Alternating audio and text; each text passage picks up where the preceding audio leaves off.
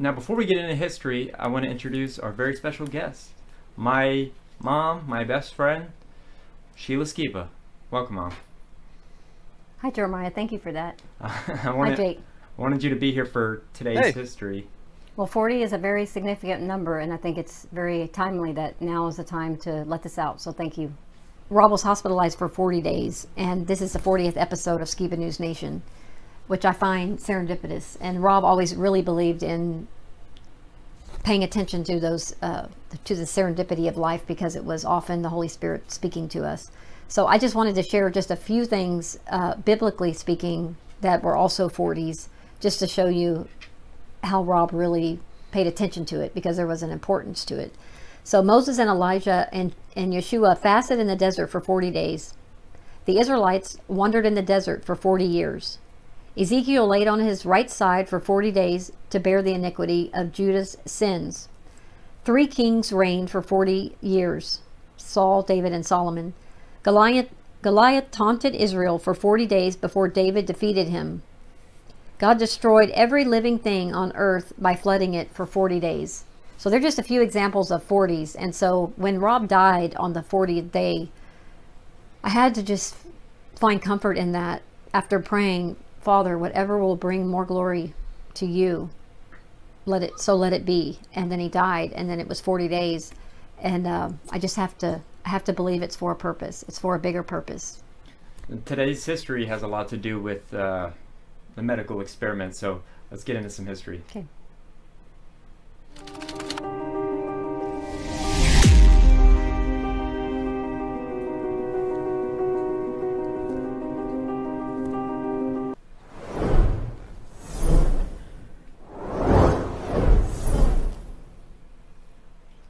For today's history, we're going to be talking about the Nuremberg Code and how it came to be and how it's relevant today. I don't know if you know a lot about the Nuremberg Code, do you, Jake?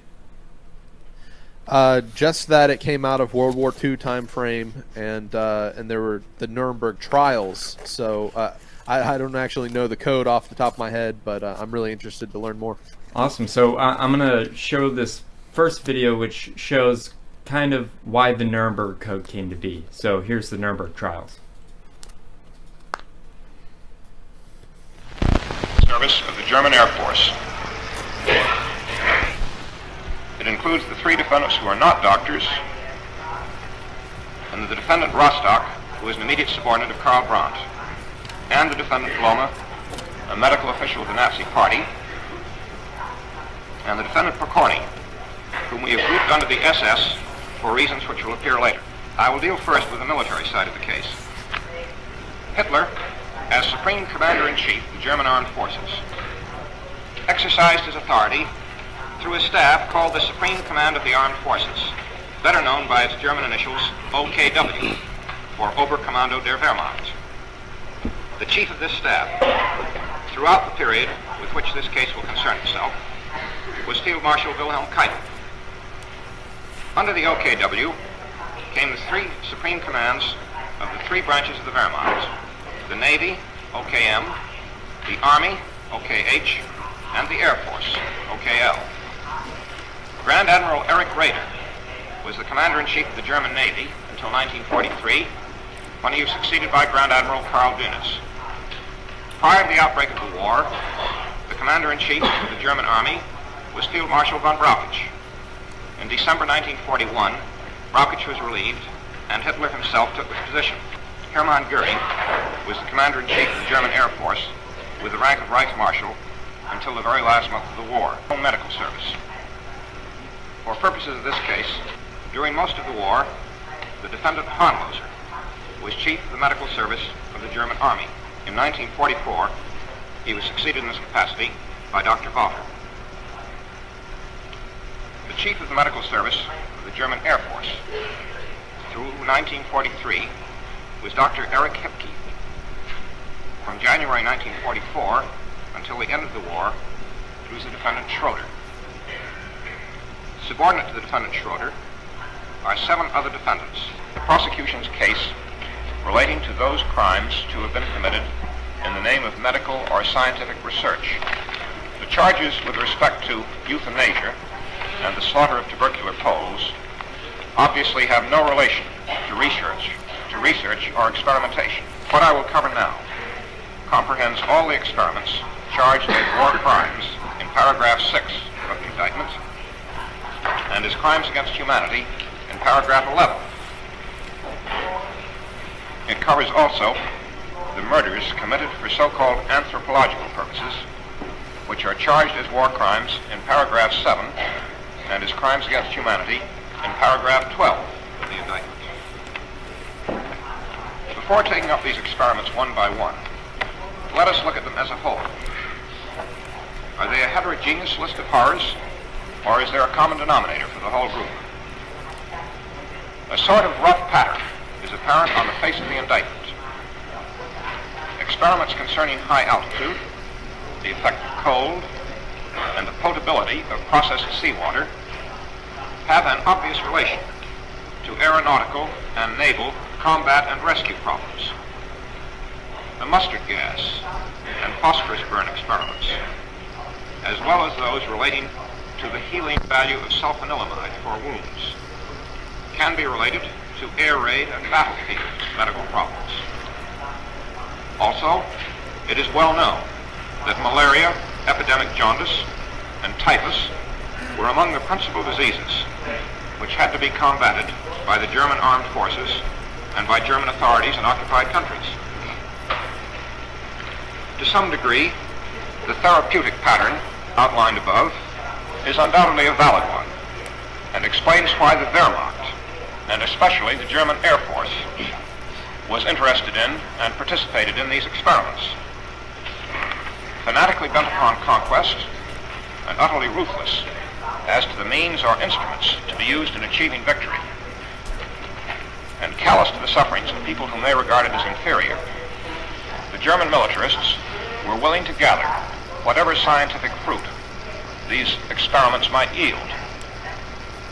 But our proof will show that a quite different and even more sinister objective runs like a red thread through these hideous researches. We will show that in some instances, the true object of these experiments was not how to rescue or cure, but how to destroy and kill. The sterilization experiments were, it is clear, purely destructive in their purpose. And the prisoners of Buchenwald, who were shot with poisoned bullets, were not guinea pigs to test an antidote for the poison. Their murderers really wanted to know how quickly the poison would kill. This destructive objective is not superficially as apparent in the other experiments, but we will show that it was often there. Mankind has not heretofore felt the need of a word to denominate the science of how most rapidly to kill prisoners and subjugated peoples in large numbers. This case and these defendants have created this gruesome question for the lexicographer. For the moment, we will christen this macabre science thanatology, the science of producing death. The thanatological knowledge, derived in part from these experiments, supplied the techniques for genocide, a policy of the Third Reich exemplified in the euthanasia program and in the widespread slaughter of Jews, Gypsies, Poles, and Russians. This policy of mass extermination could not have been so effectively carried out without the active participation of German medical scientists. The experiments known as high altitude or low pressure experiments were carried out at the Dachau concentration camp in 1942. According to the proof, the original proposal that such experiments be carried out on human beings originated in the spring of 1941 with a Dr. Sigmund Rascher. So that was a little bit of background on the Nuremberg trial, and because of all the horrendous things that the Nazis did in Nazi Germany, the Nuremberg Code came into being, which is kind of what the first man was saying, like all the crimes against humanity and the mainly the doctors, and how, you know, they just mass exterminated people. They euthanized people. They tortured them. So they came up with this rule set in the second clip, and this kind of explains what the Nuremberg Code is.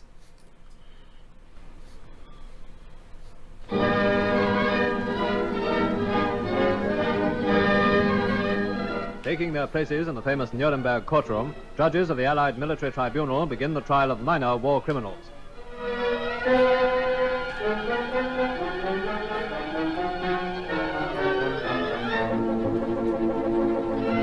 In the dock, once occupied by their leaders, are 23 Nazi doctors accused of many crimes in hospitals, concentration camps, and research centers.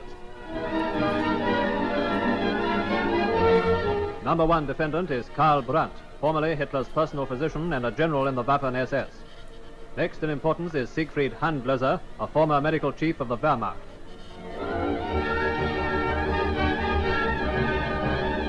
Hertha Oberhauser, the only woman defendant, was a physician in the notorious camp at Ravensbrück.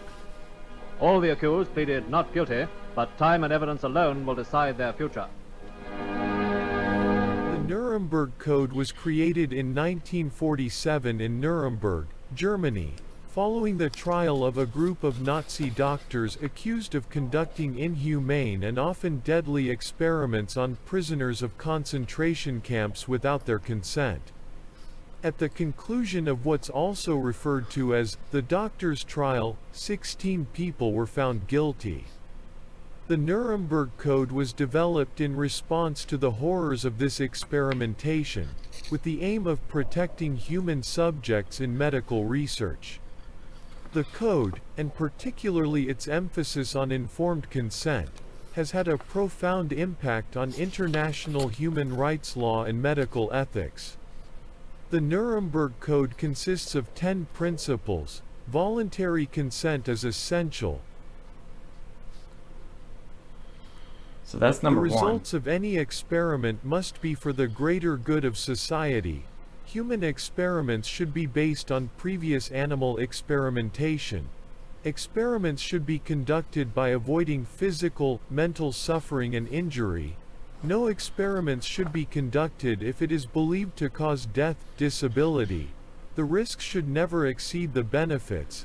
Adequate facilities should be used to protect subjects. Experiments should be conducted only by qualified scientists. Subjects should be able to end their participation at any time. Interesting. The scientist in charge must be prepared to terminate the experiment when injury, disability, or death is likely to occur.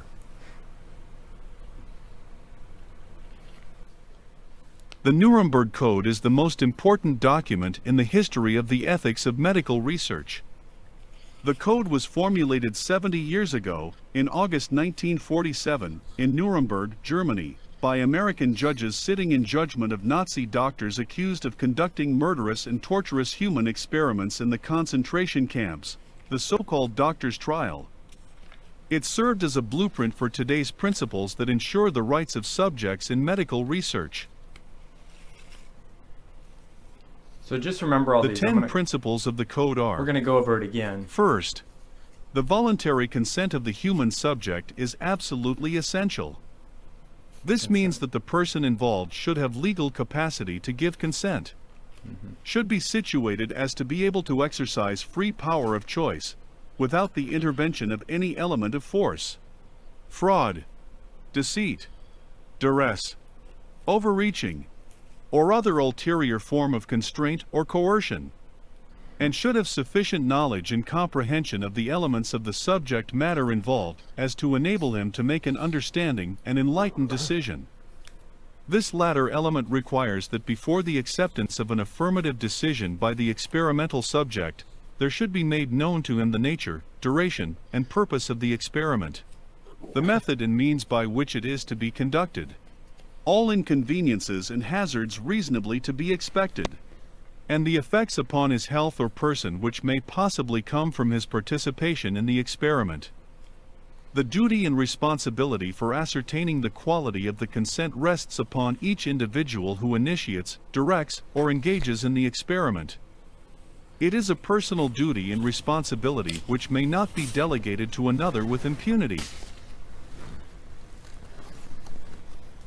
Second, the experiment should be such as to yield fruitful results for the good of society, unprocurable by other methods or means of study, and not random and unnecessary in nature.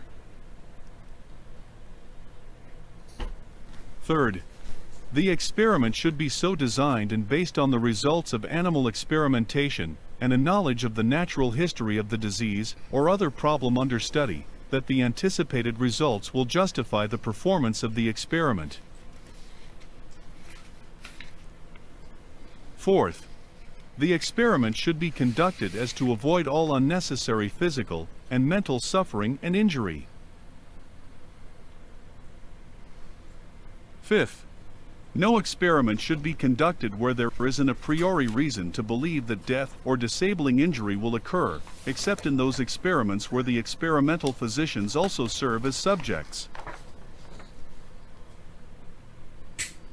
Sixth, the degree of risk to be taken should never exceed that determined by the humanitarian importance of the problem to be solved by the experiment.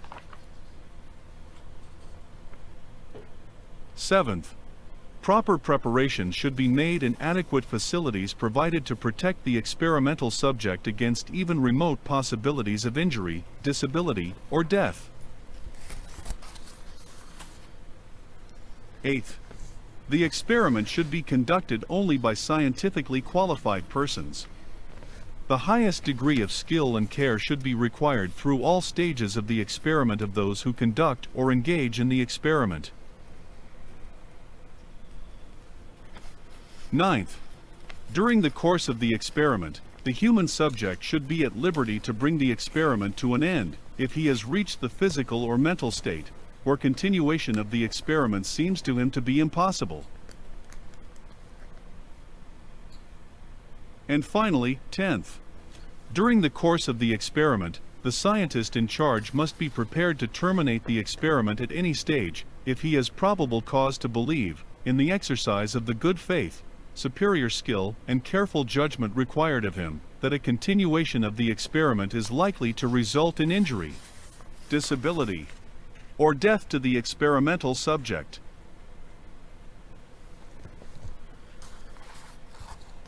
Now, I was going to read those all myself, but I got past the first one, and I started getting very angry because of what my mom's going to explain in her book. But German physicians were accused by the public and the medical society of unethical medical practices like human experimentation. And does that not remind you of anything that has been going on in the hospitals? Can I mention something? Yeah. So, in looking at this, there are about 1,800 people in the world today that have a title of medical ethics. They're professionals, medical ethics professionals. And I think last year was the 75th anniversary of the Nuremberg Code. And so none of those professionals, none of them spoke one word about the Nuremberg Code. And it's even hard to find. We looked for it online and we couldn't find it. And finally we found it. It took a Holocaust survivor This book right here. to republish it, to find it. And so if anybody wants to find it online so you don't have to look like we did, go to Nuremberg75.com and you can find a place where you can buy the book. But nowhere else can you find it. It's very difficult to find, which I thought was interesting. And then one last little trivia. Guess who is, this is going to blow your mind. Guess who is the head of medical ethics at the NIH? Who? Dr. Fauci's wife. And so when all this thing, when everything went down, and I don't know if we can say all this, but she told people that didn't want to get the jab that they were to be treated different. Like she created a lot of hatred for those people. And I don't call that medical ethics. I call that an agenda. I find that interesting. Well, that's a good lead up to this next clip that I'm about to show you of how it's still relevant today. And it has to do with that clip that Jake played earlier, but it really gives it some detail to it. And then a second clip after that, and you'll see. Just watch this clip. Thanks. It's been revealed America's top COVID medical advisor supported contagious virus experiments before the pandemic. Dr. Anthony Fauci argued the benefits of experimenting on contagious viruses was worth the risk of a laboratory accident, calling it important work. US President has backed an inquiry into the origins of which some fear may have been caused by contentious gain-of-function experiments in Wuhan laboratory. These experiments, often with bat-derived, manipulate, splice, and recombine viruses.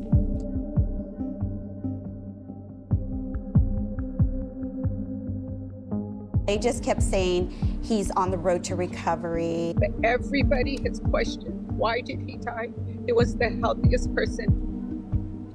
Oh, two women tonight suing the Inland Empire hospitals that their husbands were treated at when both men died.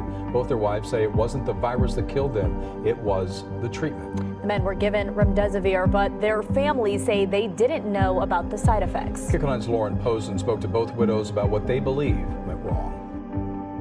Both of the women I spoke with have very similar stories. They say not only were the families not aware of the side effects of this drug, they say their husbands didn't even know they were getting it.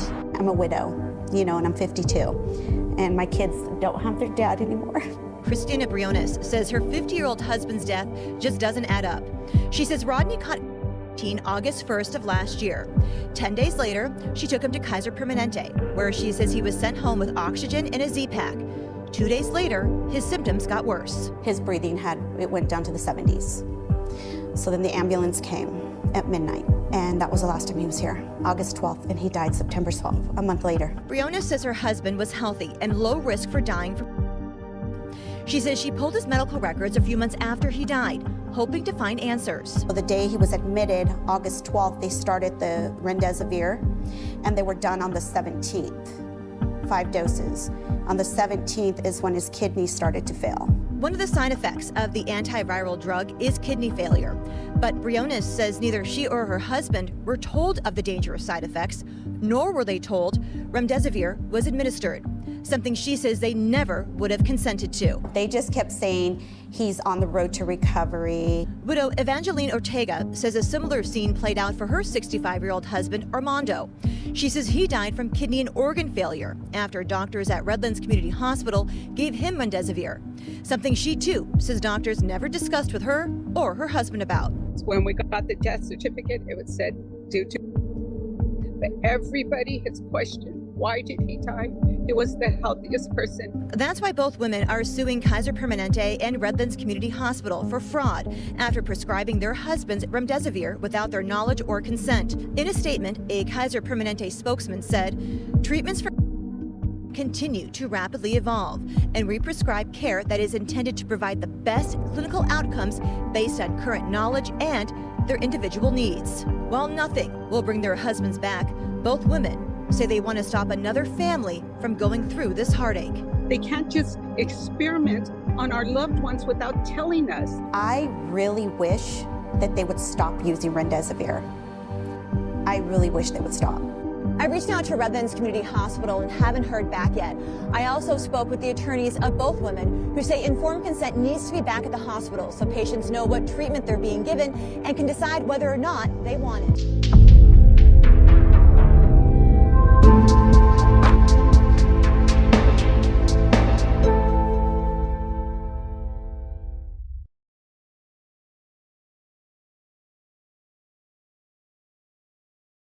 But about that clip, why do these rules not apply to these doctors?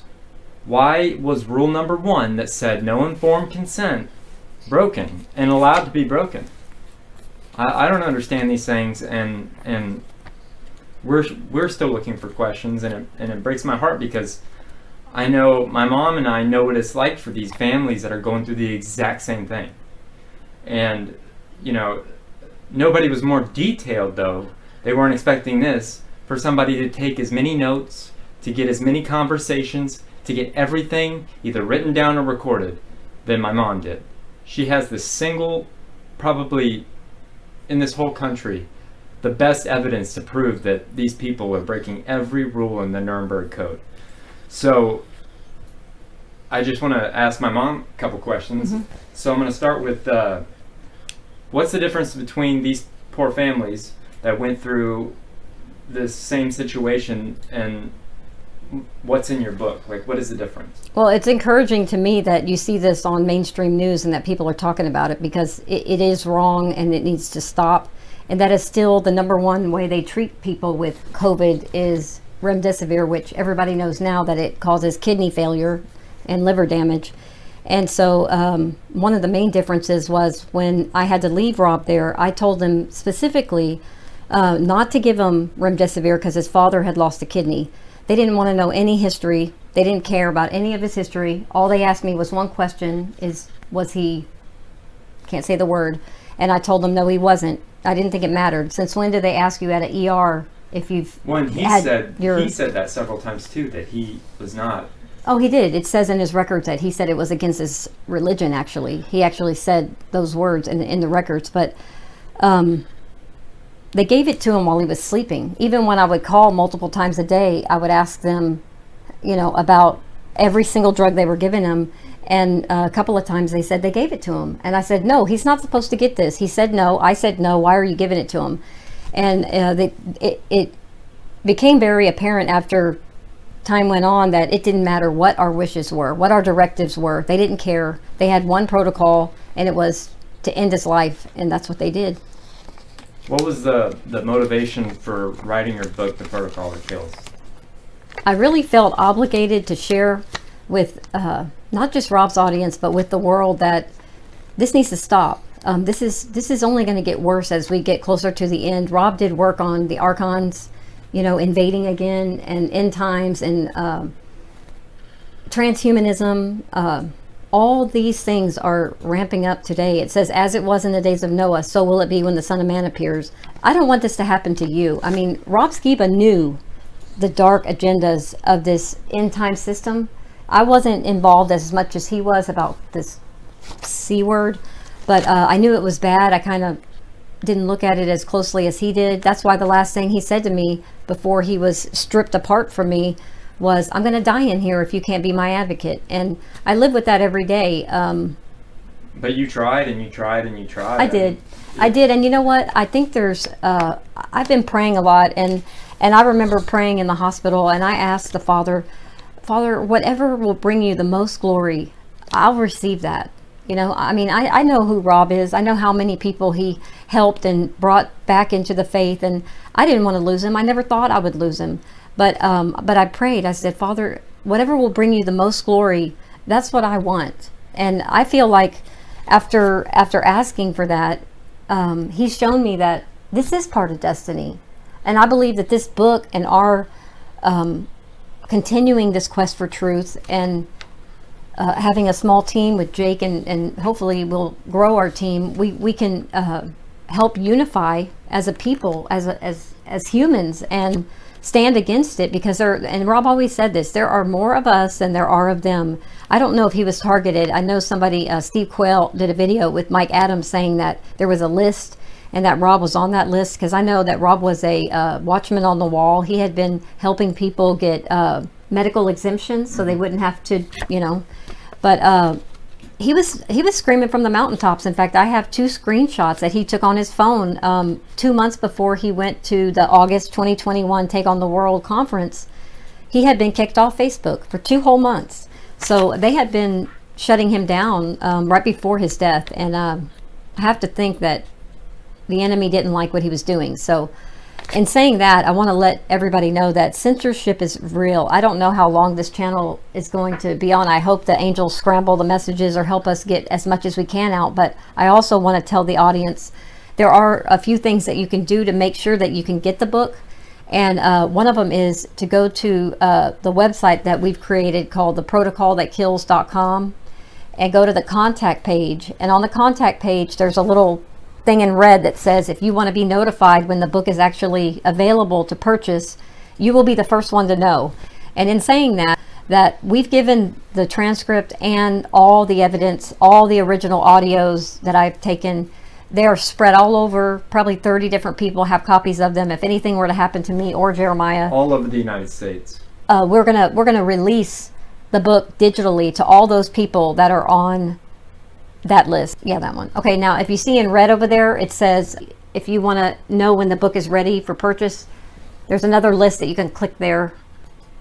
There it is. Okay, so that's where you click, and this is the list. So like I said, Yah, I believe, will protect us, but just in case anything were to happen, or if the YouTube channel gets taken down, put your name on this list and make sure that you are notified as soon as the book is out. And if anything were to happen, we have somebody to push a button to have all those people on the list get a digital version that they can share with everybody, because we're hoping it can spread far and wide. So, well, it's crazy tying the Nuremberg Code back into it. The Nazis, they targeted people that had different opinions and people that had special needs. It did. Like this girl that you were talking about. So that's very interesting that they target these kind of people. People that are outspoken, people that they disagree with, and it just blows my mind. But I want to know, like, for the viewers, will you let them know why it took so long to expose all this? There's a lot of reasons why it took so long. One of them was the records. And let me just tell you this name, Scott Sheila. His last name's Schara. He's the father. He motivates me so much because he says his daughter had to die to wake him up. And he spends every waking moment doing radio shows. He has his own channel on Rumble. He's so encouraging to me, and he's the only other person I know that's actively speaking against the hospital murders. There's a lot of other people dying from other things today, but we still have to remember the people that had died in the hospital. And so later I'll give you his information. I encourage each one of you to, connect with his channel and also share his information, because it's very important. We can put it in the description, or in the description below as well. Okay, great. And so he encouraged, from his story, I got the second batch of records, and I mean, I've spent thousands of hours going through these. Every single day we learned something new. And there was one thing I wanted to share also with the records. Another reason why we wanted another set of records was because in the 5,000 pages there was no signature. There was no signature showing me that Rob signed something, the consents and admission, nowhere in there. And so we went in there. I mean, they were jacking with us all the time. Like one time we went up there to get a CD, and we got home, and it was about a 45-minute drive. Put the CD in, it was blank. So then we had to go back and get it. I mean, it's just a back and forth. It took forever to get them again. And so so there was that. And then after getting the medical records back, we saw there was no signature. So then Jeremiah and I saw a name on the paper that said admissions and consent. And it was scribble scrabble. It was like gibberish. It wasn't my signature. It said verbal. It wasn't Rob's signature. It was somebody had written verbal. The word verbal. We found this out later because we went up to the hospital and there was a witness, and we found her. It was only by the grace of Yahuwah. We found the woman and we asked her about it. And she said that she later said, "Oh yeah, I signed that." And we said, "Why did you sign that?" Because they would have had to read him all those. I mean, it pretty much was signing your life away, and he would have never done it. He would have never done it. And I think that's why they actually did the verbal on the 7th. He was taken in on the 3rd, and this supposed fake consent was done on the 7th, and the 8th is the day that they forced him down and gave him the BiPAP. So that's another reason why it took so long, is because like every day we find new information and have to do a little bit more investigation. And so that's kind of, we just have to believe that it's going to be what the Father wants it to be. And as we continue, we're toward the end now, but it took so long because every day we're finding new things, and we knew that it was on purpose, that we needed to keep seeking to make sure that it was complete and that we had all the details that we needed to have in the book. So. Well, my last question is, what would you have done different? Deep down, I often play the shoulda, woulda, coulda, and I think if I had known to get a supplemental oxygen, I would have done that. And that's all he needed. That's all he was lacking, was supplemental oxygen. We had the hydroxychloroquine, we had the ivermectin. That's probably going to get bleeped, but we had everything. We had all the telemedicine doctor stuff except for the oxygen. And so I go back and forth with, if I had only known, because I have a couple friends, actually the co-authors. Her husband got sick, I think even worse than Rob, in February of 2022, and they saw what they had done to Rob, and they decided to tough it out, and they had supplemental oxygen, and guess what? He's alive today. He's perfectly fine, and she had to feed him like a bird. That's another thing they did to Rob, is they starved him. He was treated like a incarcerated prisoner. Yep. He was badgered. He was isolated. He was like a modern day concentration camp. Even in the records, it shows that they were forcing, trying to get him to make a decision to get on the vent like at midnight. I mean, who does that? I mean, he couldn't rest. He couldn't.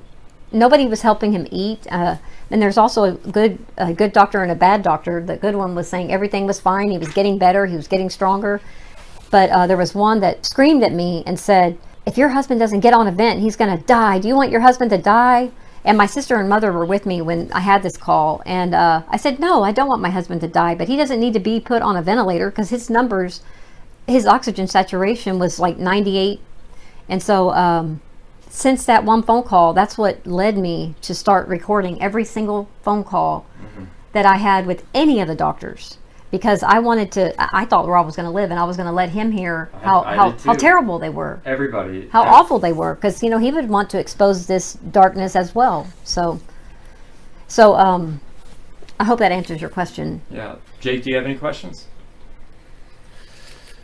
Yeah, I think it's so important that people understand, like, why this book is significant. I mean, documenting what was done to Rob is shedding a light on what has been done all across the world. Yeah. So, I mean, there's 3 layers to this. You have the control on the very top end of the WHO and the you know, the Illuminati type, like, let's control the world through this fear tactic pandemic, right?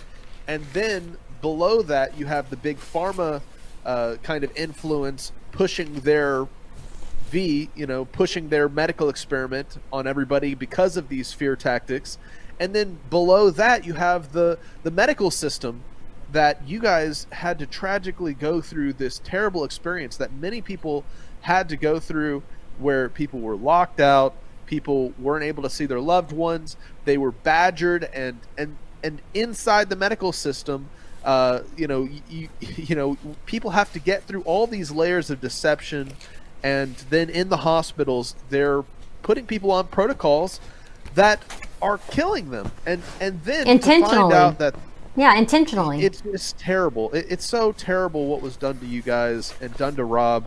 And I just want to thank you for all of your time and effort put into compiling these notes and to prove, look, this was done to many people, more than just Rob. This was the standard treatment protocol, and Rob stood up against it. He didn't want to participate. He fought back, and they were so determined to force him on those protocols, even though now looking back in hindsight, you know, it's becoming more and more mainstream that remdesivir and the things that were being done in these hospitals, it was detrimental to people's health. And just the fact that he, you know, went out and said, "Yep, I'm not." He said it was against his religion. He literally said in the record, it was against his spiritual beliefs, the mRNA. He was very vocal, and he was strong enough to tell him. I mean, I think he went down punching, to tell you the truth. I really do. And he was probably making the doctors angry. So yeah, my one question would be, do you believe that they were extra harsh on him? I know they were. Didn't want him to leave that hospital because he was such a forerunner, you know, warning people about, you know, the mark of the beast tied to the topic years ago, and knowing that he's a vocal anti-V person, anti-big pharma. Do you think they targeted him because he would have made a good headline of, oh, this anti-V, he got the worst of it? I think he was targeted. I mean, he was fine when he came home from that conference, and then he just all of a sudden started coughing. I don't know if there was an aerosol or what happened. Regardless of how it happened, I do think he was targeted, and I do think it was to quiet him. But I also feel there's destiny. There's destiny behind this. And like I said, when I prayed, Father, whatever will bring you the most glory, I receive it. And I have to have faith. I have to have faith that he is still in control, and that he still has a plan, and that this book is part of that plan. And I'll be giving more details about our walk through this whole thing. Some really amazing other details that I am really excited to share on a more spiritual side. But I think it was destiny. And I think even before we married, even before he was born, the Father knew he was going to die this way. And I believe it was to shed light and expose this darkness in such a huge way to hopefully turn the ship around. I mean, he said that in his last virtual house church. He said, I think we can have more time if we just start doing the right things and joining together. I mean, Rob said in his last recorded interview with The Greatest Reset, he said, you either hate me or like me, but I want to be known for a man who's on a quest for truth. And you know, and he was. He never strayed from what the Father showed him in the Word. He stood on that, and I believe that this book is he died. He didn't die in vain, but this book it was his final quest for truth. Now he's with the man who is truth, and I have to that gives me some comfort. But I feel obligated to share in detail with all the transcripts and details with the audience so that they can know that this is what truly happened to us. And the truth will be exposed for the whole world to see. That's what's crazy. He used his life to show the whole world how dark this system is. And I'm hoping it'll save lives. I think it will. You know, I thought our local hospital was safe. I mean, I didn't know our local hospital had turned into a concentration camp. I didn't know that. My dad had been in there a couple of years before, got a pacemaker, and they saved his life. I don't know when that switch was flipped.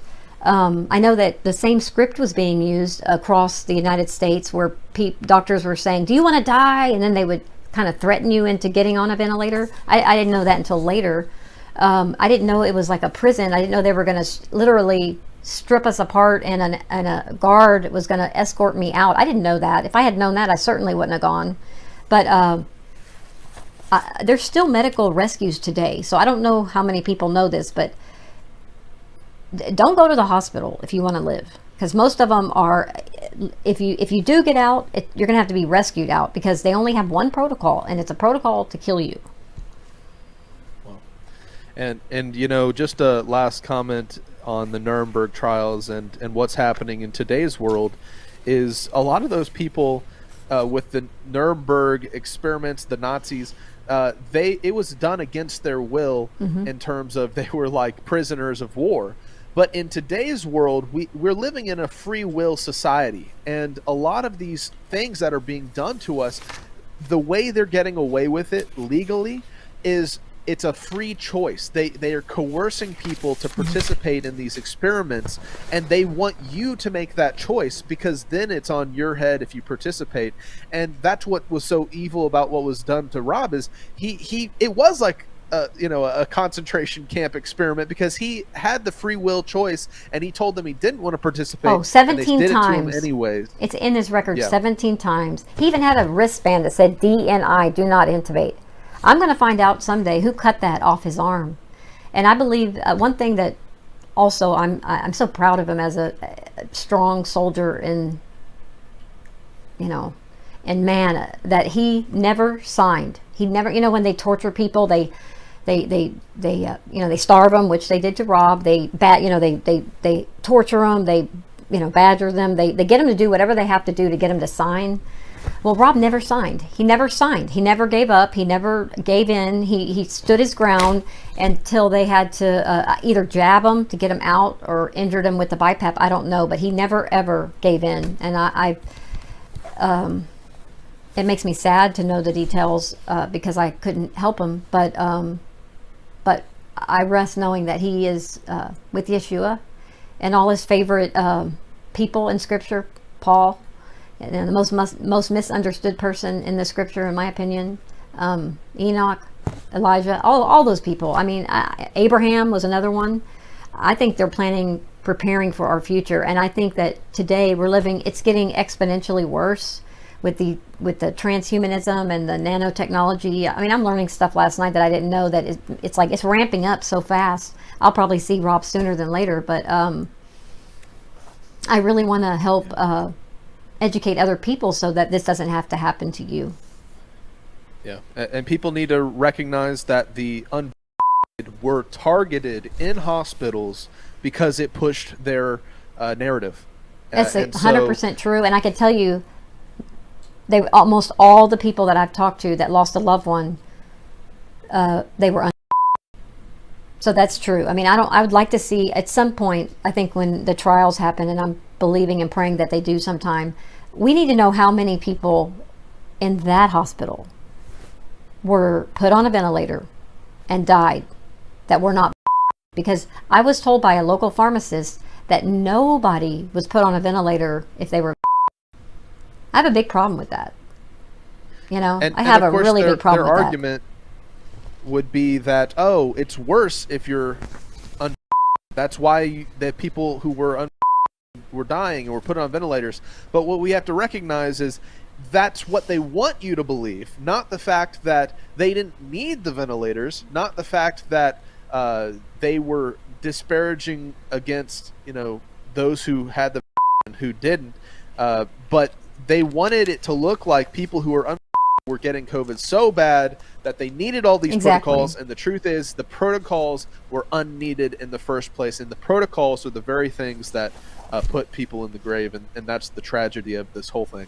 They had to have the numbers so high of the deaths, so they used those people like me who was ignorant of it being a concentration camp, or I call it a kill shelter, because they only had one thing in mind. From the moment he was rolled in there, they wanted to put him on a vent, which he didn't need because his oxygen saturation was at 98.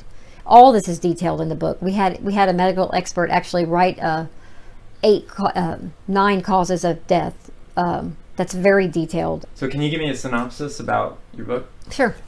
So it's a true story and an urgent warning. It's the most exhaustive expose ever written on a government incentivized protocol that kills. The beauty of the way that we wrote this book is it's in 7 voices. So it's in my voice as I'm living through the nightmare, and then a year later, after studying the records for thousands of hours, we have a fictitious legal counsel who ties in a lot of laws and facts, and it's over 430 pages, so it's a pretty hefty book. Let me just read. I'll read the back real quick. I first want to say too, though, this is on my website, but I want to honor those doctors that really did try to help people. And I want to read this. If you are a medical professional or have friends or family who are, please know that I am aware that there are many kind and compassionate doctors and nurses who have refused to support the protocol that kills, even when doing so cost them their jobs. I salute you. I thank you. And they are still being attacked today. And I hope this book sheds light too on the misjustice with those doctors as well. I've watched every Senate hearing, and they are still being attacked and also censored to that effect. But anyway, so I'll just read this. I never imagined I would be writing the tragic and true account of my husband's suffering and death at the hands of a group of medical professionals, a wholly callous and insensitive group that blindly adhered to a government incentivized protocol that kills. During my ordeal, it was as if I was a chess piece on a larger-than-life chessboard, and my husband, Rob, was the king on the opposing side wanted to take down. My mother, sister, and close friends were the pawns on my side of the board. The opposing team comprised doctors, nurses, respiratory therapists, social workers, and hospital administrators. Unfortunately, our opposition had the upper hand, and they had far more pieces on the board and were seasoned masters of the game, which they admitted that they had played numerous times. They even broke the rules when it served their interest to do so. Regrettably, the same game of cunning strategy is being played out in hospitals across the United States and world, where treacherous and devious masters of the game are defeating inexperienced patients and their unwary families. During the 40 days that my husband was held captive by a team hell-bent on enforcing the protocol, I shed many tears. Even though I insisted that he not be given dangerous drugs and therapies, they forced their will on him. After the unnecessary and tragic death of my husband on October 13, 2021, my suffering and outrage grew as I spent months working with a team of close friends, family, and medical experts who aided me in conducting a detailed analysis of the over 5,100 pages of the hospital records. In addition, my team and I analyzed hours of conversations that I had recorded with the doctors, nurses, and staff during my husband's 40-day hospitalization. And that is allowed by Texas Penal Code Section 16.02. It's in the book if you want to know the rest of it. Sadly, conducting a thorough investigation and authoring this book required reviving the trauma that I lived through. Numerous disturbing facts uncovered during our investigation verified that my husband did not die of natural causes, but due to the doctor's insistence that they follow their mandated and inhumane protocol that kills. My husband did not die of COVID. Speaking of the protocol from a nurse's point of view, Nicole Saratek, a registered critical care flight nurse who founded America Frontline Doctors to advocate for patients mistreated by hospitals' COVID protocols, said during a Senate hearing on January 24, 2022, this is what she said: "Following orders has led to the sheer number of deaths that have occurred in these hospitals. I didn't see a single patient die of COVID. I've seen a substantial number of patients die of negligence and medical malfeasance. My story is raw. It's a first-hand account of how protocol-focused doctors and nurses are violating the rights of patients and their families, and how incentivized drugs and therapies are leading to needless deaths. I decided to share my story for two reasons. First, I wish to inform the public that the United States medical establishment has devised and has been following a strict, unwavering, and lethal protocol that prioritizes hospital profits over patients' rights, health, and well-being. Second, since being forewarned is to be forearmed, I hope to provide valuable insights that will protect you and your loved ones from falling victim to the protocol that kills. That way, if you are confronted with tough decisions and a formidable opponent, as my husband and I were, you can declare checkmate and emerge victorious." I want to thank all those that have helped us. And in saying that, if any of you have skills like marketing, public relations, there's so many different pieces of this puzzle that we need to join our team, please send me a message. I created a Proton mail that's just for this purpose, and it's Sheila Skiba at proton.me, and we can put that in the notes too. But I want to end this on Jeremiah's book, which also surprised me that he wanted to write it, and it blessed me that he did, because it helped me remember all the good times that we had. Rob and I were married 14 years, and we met at a ministry. In fact, he said the only reason he wanted to marry me was because he overheard me praying during one of our monthly chapels that we had. And he said, "That woman knows how to pray. I'm going to check her out." So he did. And he said also in some of his writings that if anything ever happened to him, he would want me in his corner to pray. So I want to encourage all of you to continue your prayer as we continue to see the day approaching. Don't forsake the assembling of yourself with believers, because we know the end. And I think that's why it's getting worse, and it's scary, because they know their time is short. And so let me just finish with this. Okay. So I just wanted to read this short excerpt from Jeremiah's book, which Jeremiah's book really explains the man behind the story. It's a very short read, and this is what he said at the end. "My dad was a patriot. He served his country as an Army helicopter pilot. He would expect me to stand tall and stand for what's right and take care of my mother. I don't cry around my mother. I let her spill her bitter tears of sadness, as well as her angry tears of the unjust death of her husband and best friend. She fought valiantly to save my father from the hands of a wicked, tyrannical medical system that is broken. I was angry, and I stood by my father's casket. 14 years ago, I stood in this same spot with my mother and soon-to-be father at their wedding. I heard them exchange their vows to love each other until death do us part, and death has now parted us. 14 years have come and gone. Interesting, that number 14 is like, as it is 2 sevens, which my father especially liked. He believed there were hidden messages in numbers. I wonder if there's a hidden message in this one for me. Something changed in me that day. I did an about-face. As a musician, I had my own life's goals, yet they seem somewhat dim to me now.